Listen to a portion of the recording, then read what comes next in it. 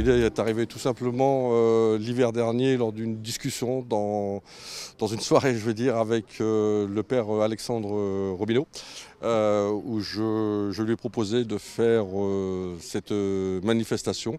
Et lui-même et le père également, le père Jean-Yves Poulaillot, étaient très motivés.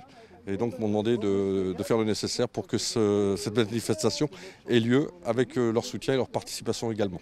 Nous avons fait le choix d'ouvrir cette manifestation à toutes les voitures anciennes de plus de 30 ans, qu'elles soient vendéennes ou de tous les départements limitrophes. Le programme du jour, c'était d'abord de rassembler tout le monde et de se connaître juste avant la messe. À l'issue de la messe, donc, nous avons fait la bénédiction. Pour continuer ce moment de partage et de communication, nous allons tous prendre notre repas à l'intérieur du cloître, pour que certaines personnes n'aient pas l'habitude d'aller dans ce lieu, donc vont pouvoir le découvrir. Et dans l'après-midi, donc une balade de 120 km qui va nous emmener dans le bocage vendéen pour revenir ce soir sur Luçon. Oh, ça s'est très bien passé. Moi j'ai vu ça sur rétrocalage, comme il n'y avait pas de sortie dans notre secteur et puis qu'il y avait une bénédiction. Je dis bah, après tout, pourquoi pas une première fois.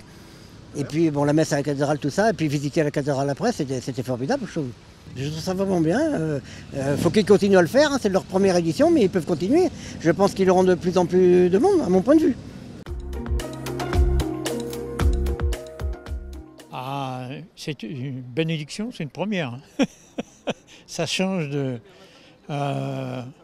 étant croyant, non pratiquant, mais je devais y être. En plus, mon club qui organise ça, c'était super. Habituellement, on a notre réunion tous les quatrièmes dimanches, tous les derniers dimanches de fin de mois.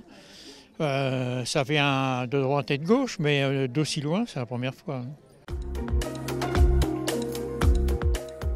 J'étais dans le cortège, mais sur les premiers échos que j'ai, tout le monde est très satisfait. Je pense qu'ils l'ont très bien accueilli. Il suffit de voir le nombre de voitures qu'on a aujourd'hui.